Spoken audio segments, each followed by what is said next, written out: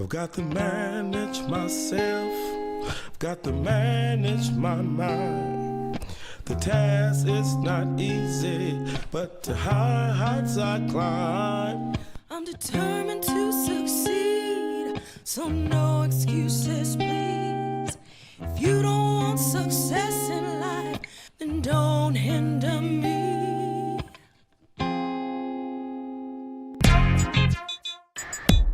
Yes, let the whole world know you are a CEO. You are a CEO. I'm a CEO. You are a CEO. I'm a CEO. The time is here to celebrate. You are a CEO. You are a CEO. You are a CEO. You are a CEO. Yes, let the whole world know. The time is here to celebrate. Success is calling, so don't be late. You are a CEO. Hello, everyone. Michael Lee Parker, and as you can see, this is a surprise. I am at home in my humble abode and bringing you into the house with me here, Michael Lee Parker. You are a CEO. And listen, this is going to be a special show, unlike any show we've had before. This is the first time I've hosted a show from my dining room table, basically. And I want you all to know that this show is so important because we're talking about the power of selfless. Now, I know, last time we were together, we had a wonderful talk. We talked about the difference between self-esteem, we talked about self-respect, and now we're going to talk about the power of selfless. And I couldn't think of a better way and a better place to have this show than the place that I come every day to reset, to remind myself, what everything is about, kind of decompress, really think about the things that matter. You have to go out, you have to do things. Sometimes you're on camera here, or you're on a stage there, or you're doing things in business, you're at this facility.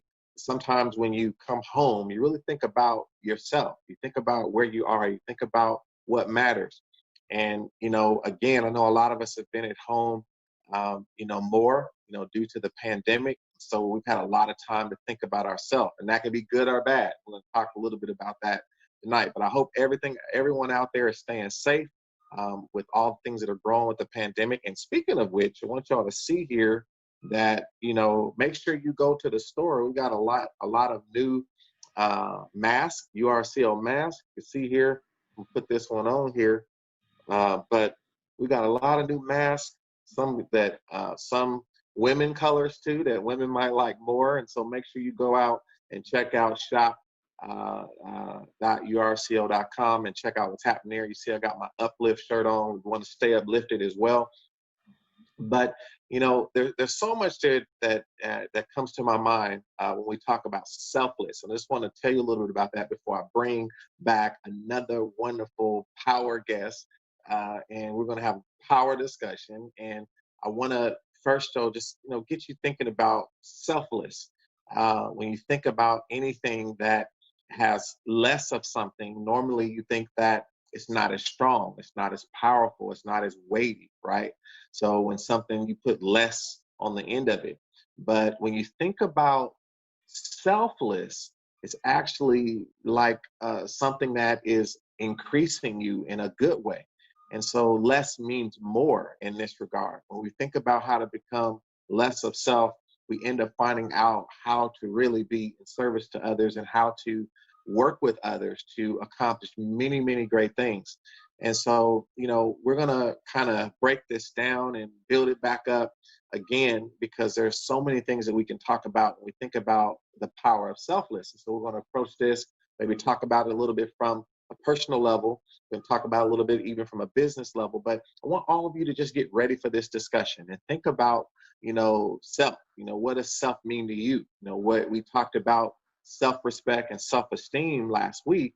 But when you think about that, it's all centered on that word self. And so I want you to think about yourself a little bit, and we're going to go deeper into this topic. And so Having said that, I'm so excited that not only do you get to come into my home tonight, you actually get to go into one of our most powerful trainers in the URCO suite of executives and leaders, Mr. Terry Fulton.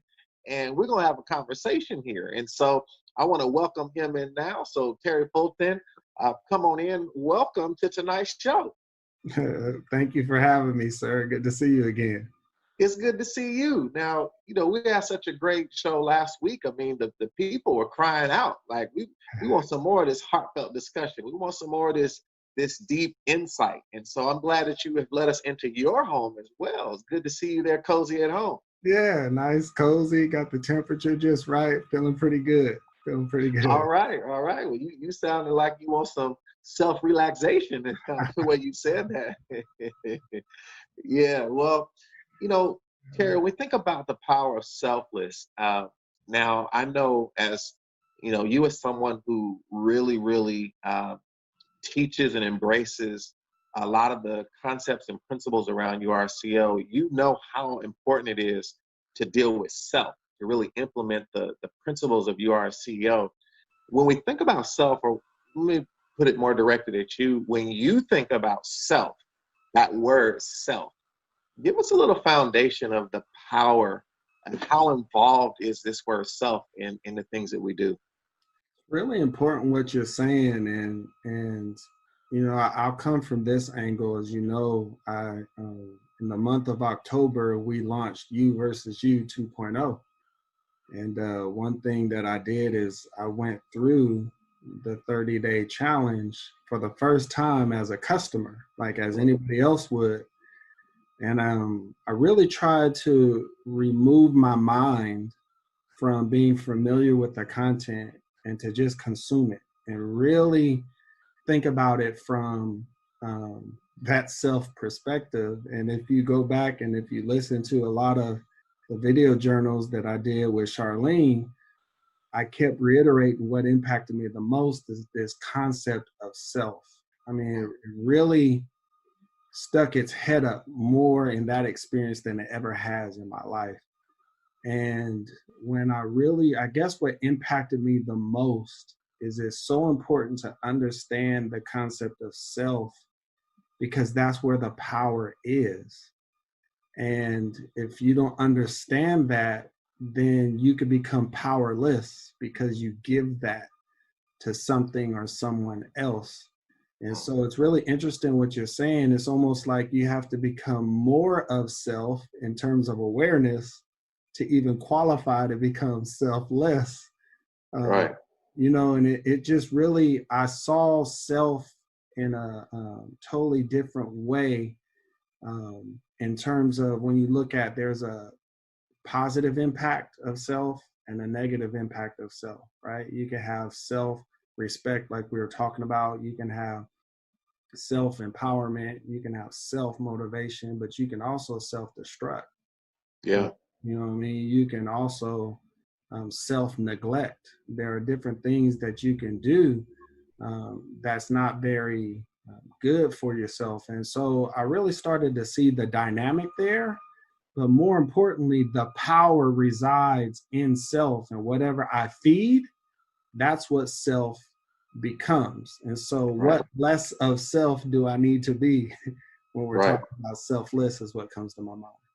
Wow. I mean, that really is a wonderful example that you gave of a recent experience you had with a 30-day challenge, but also just how many things that resonate around the word self. And even when you think, Terry, about speaking of the 30-day challenge, two selves that we kind of call out there is self-awareness and self-empowerment, right? And so these are areas that, again, if you look at self as a canister or a bottle that could hold something, we want more awareness.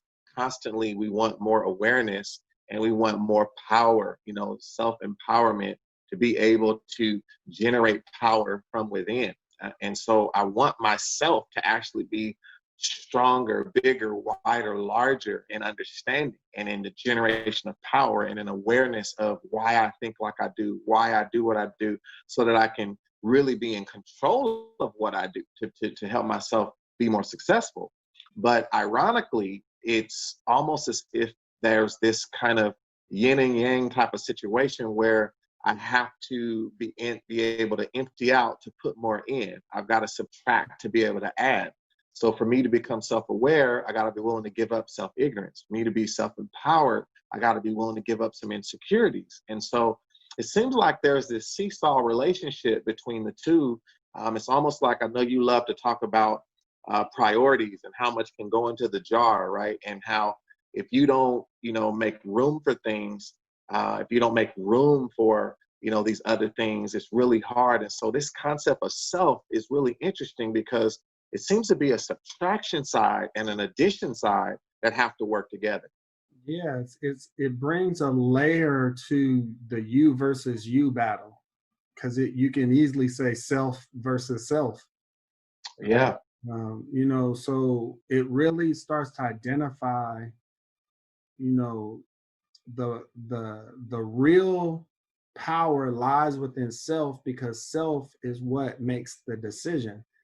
And I think there was in one of the coaching sessions, you talked about that, to where you have the you who you are trying to improve, like all the past experiences and everything there.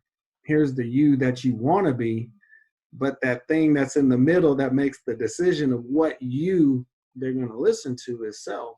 And so that's where the power is, and you have to start to really identify um, you know who you really are at your core, and the decisions that you're making to become who you want to become. And so it's very liberating. It's hard, it's almost hard to explain sometimes, because you almost have to, that's the beautiful thing about awareness. It's hard to explain something that you can't see until you see it. And I guess right. that's what I'm kind of describing, because Yeah, I had a glimpse, but when I went through this 30-day challenge, like, I got it, like, aha moment, the light went on, self became totally clear to me. And I started to really see where I need to become less of self to become more of self in a more positive way. It got right. very real at that Yeah. moment. And so it's very intriguing that are arriving at that moment. Now, thank you for those insights. Again, I think those are just really, really good insights. And I want to build on what you just said and kind of talk about, let's kind of dig deeper into this word selfless, because we're talking about the power of it here tonight. And when you think about selfless, I want everyone to remember this, that when you think about the word selfless, probably its arch enemy is selfish, right? So selfish and selfless are at war. And so when you think about selfish, imagine, this is my fishing rod, and I throw my fishing rod out, right? And I'm trying to catch some fish and reel something in. And I want you to think about when you selfish, right? Think about that for a minute. And you throw your rod out, you always want something for you. I want more of your time. I want more of your attention. You're trying to reel in, what would be best for you. Everything is about you. You always got your pole out there looking for things for yourself. When you think about selfless, normally when you have less is because you spent something, right? If I spend money, I have less money. So again, so in a sense, with selfless, we're thinking about the power of being able to spend yourself. Like, can I spend my time in service to someone else? Can I spend my attention? Sometimes we think about money, and you know this, Terry, that we deal a lot with parents and with young people, and we've got parents out there to try to buy their way into responsibility. Like purchase someone's, love, and a lot of times that child, what they really want is them. They want time. They want attention. They want, the value of sitting down and putting their arm around that kid's shoulder is more than a new iPhone. Doesn't seem like it, but later on that child will resent that you wasn't willing to spend. And so this is something we have to really evaluate. And, so I want you to remember this concept, all of you out there, and even Terry, to add to this, the self-fishing, and then to be selfless, to mean that I am willing to spend. And there's a definite power in the ability to give and to spend yourself than to live your life constantly trying to acquire and fish for the things that will only do what you feel is best for you. Yeah. I think about selfish are activities and things that I do with a motive for what do I get out of it? I do it for me. Right. Selfless are activities and things that I do for someone else or for a cause. So both of them are things that I can add, but who's the beneficiary? That's good. And I think Mohandas K. Gandhi, also known as the Mahatma, he has a really good quote: "The best way to lose yourself is in the service of others." It's good. And when I think about selfless, it's not that self isn't present. Self is present, but self is present with the motivation to do it for someone else or for a greater good or for a cause. And Right. sometimes you can be that greater good or that greater cause if it's in the right container, right? Meaning, you might have to get your health in order. Right. You have to start to, kind of think about yourself a little bit because you need your health to be an impact for other people. So you might have to focus on yourself a little bit to be able to add to someone else. And that's okay. It's kind of like, the metaphor you use all the time: put your mask on first before you can help someone else. And that's Right. okay if that's where I'm at on the awareness chart that we talk about. Sometimes I might have to help myself before I can get into the service of others. But my mind can get to a point to where, and I see this with you as well as others that have been great mentors of mine and others in the company, to where every single day you're thinking about someone else. How could we help someone else? And that's just an amazing place to be, because it's not that you're throwing yourself aside. There does have to be a certain amount of self-care there, but where is the center of my motivation and inspiration? Am I trying to keep everything to me, or am I trying to give that away to someone else? I think is a critical question. Yeah, I really like what you're saying there. And, you know, the things that you kind of the approach that you use in explaining that, and then even starting off with Mohandas, and understanding how what he did, and some of the quotes, and it reminds me of Dr. King saying that everyone could be great because everyone can serve, right? And I know you're a history buff, and like me, I love history. And one thing that, when you think about people like Dr. King, the I Have a Dream speeches and I've been to the mountaintop speeches get a lot of the credit, for some of the things that he did and some of his great accomplishments. Those were wonderful speeches and powerful things. But the really power of selfless is, I'll use him as an example, is the things that you don't see, right? It's all the planning that went into those meetings. It's the time people stayed up all night wondering how to organize a movement. It's the things that went behind the scenes in the bus boycott, that, all the meetings and the stress when you didn't have to do that. You could have stayed home in the safe security of your home with your wife and your children, but you was thinking about this, you was worried about it, and things that necessarily didn't have to take away from your personal space if you didn't want it to. But the trips you went on that put your life at risk, but you didn't have to do that, but you did it for a greater cause because something was driving you that cared about others. And so I think when you think about the power of selfless, I think one of the greatest things in that power is the things that you don't see, the things that are happening on the inside. A selfless person is really someone that is fighting battles that people rarely even see.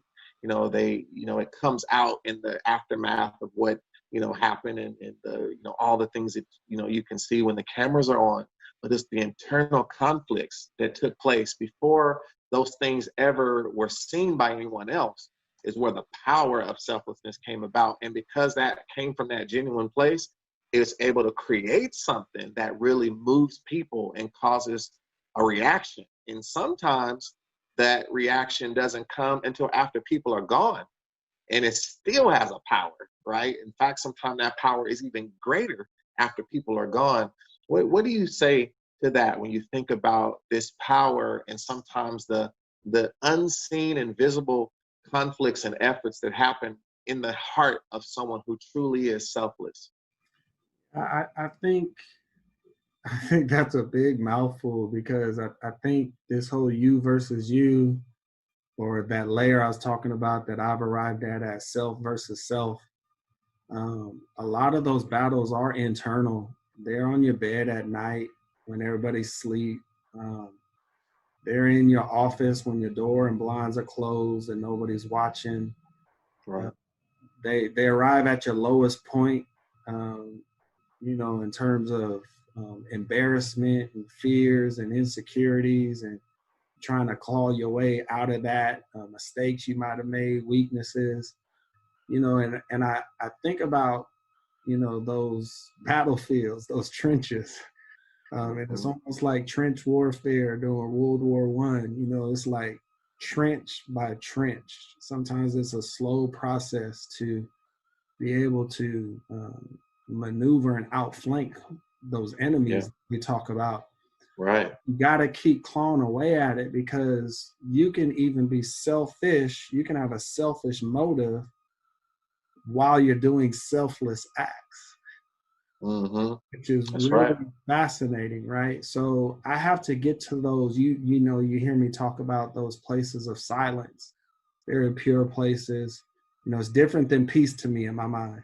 It could be noise everywhere and you can have peace, but you can have that place of silence and it's very noisy.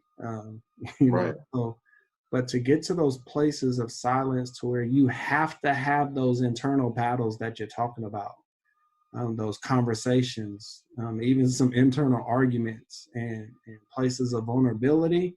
I think that's where that battle is won, Michael, because that is what starts to come to the surface.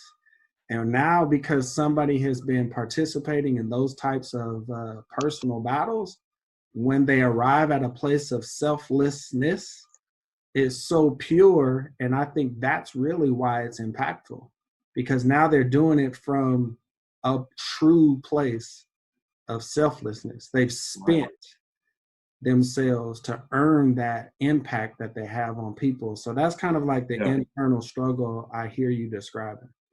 Yeah, no, that's really good. And I think too, you made me think about, and I know you love talking about this. We talk about it in URC all the time. People will say, I can't do this. I don't have discipline. And we say, no, you need to learn the behavior of discipline.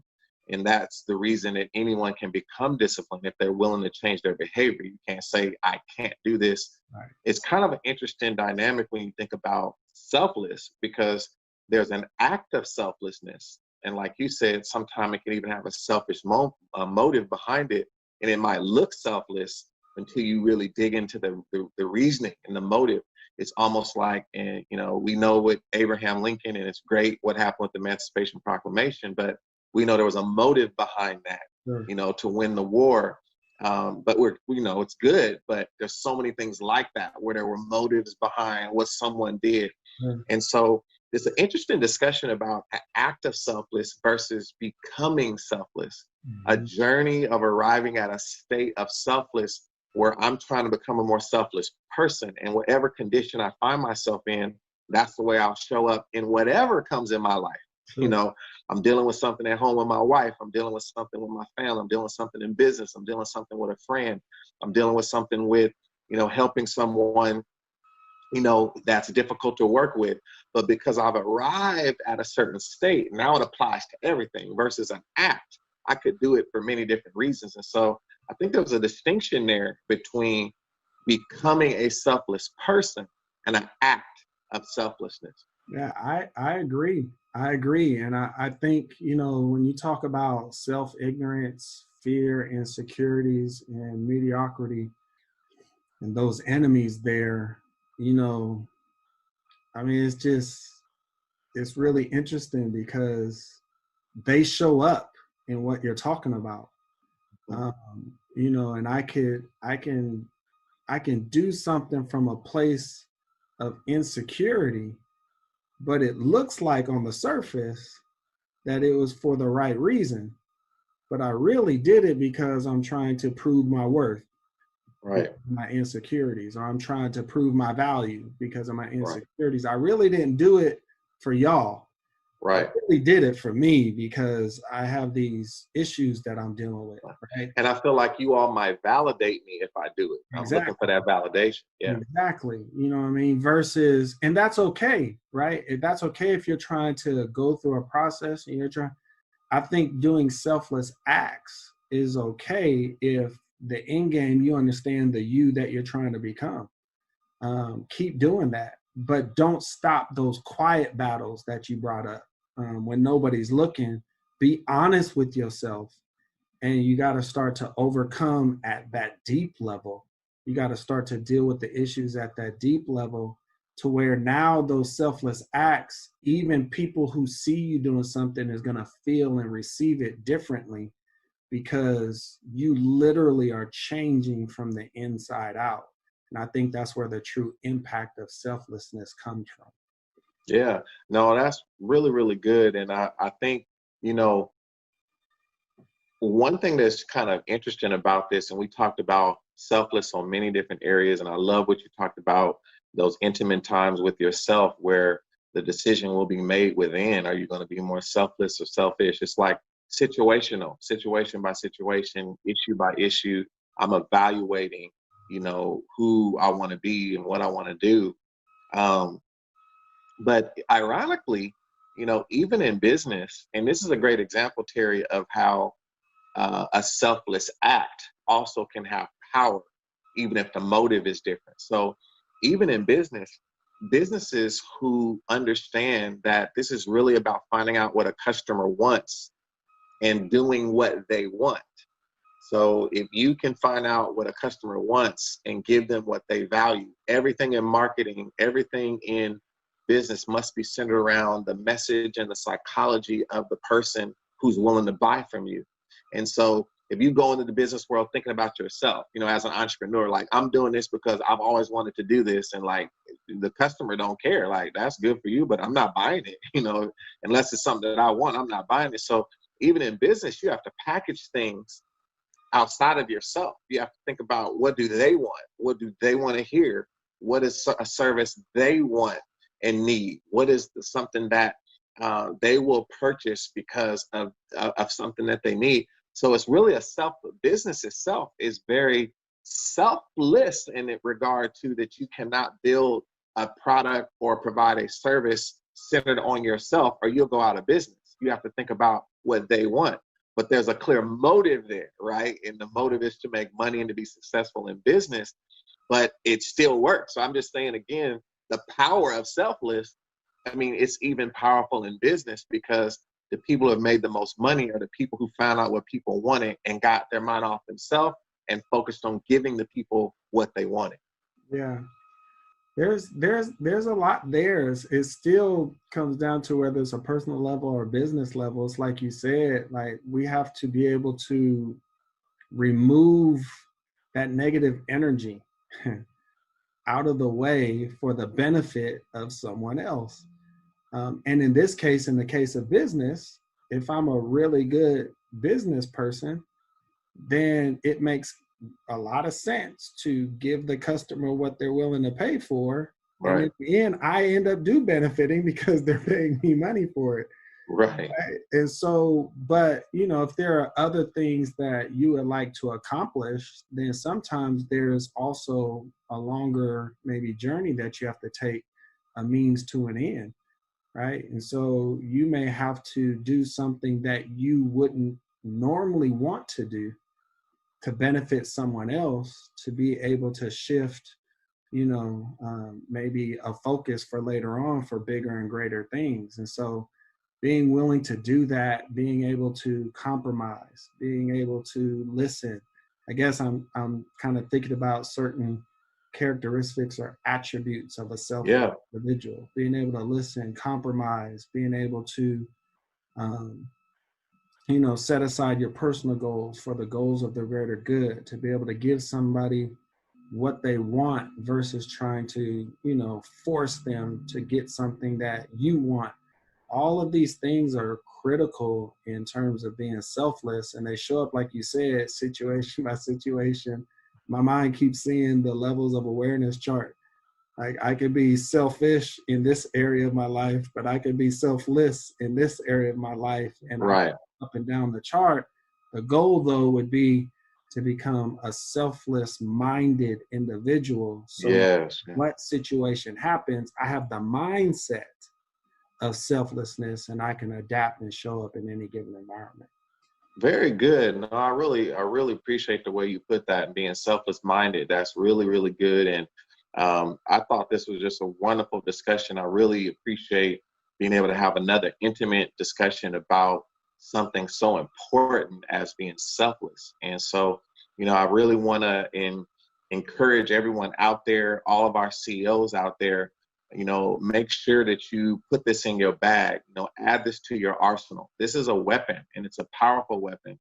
The person who is already mature enough to be willing to sometimes set aside their emotions, set aside their opinions, set aside their thoughts, set aside what's easy, set aside what's normal, what's comfortable, and instead do what is best for the situation, do what is best for others, be willing to think outside of yourself. What we're talking about right now will save marriages. It will save relationships with others. It will save business deals. It'll save, employees. It'll help you as an entrepreneur. It'll help you in, as a parent, even as a young person trying to relate to your parents.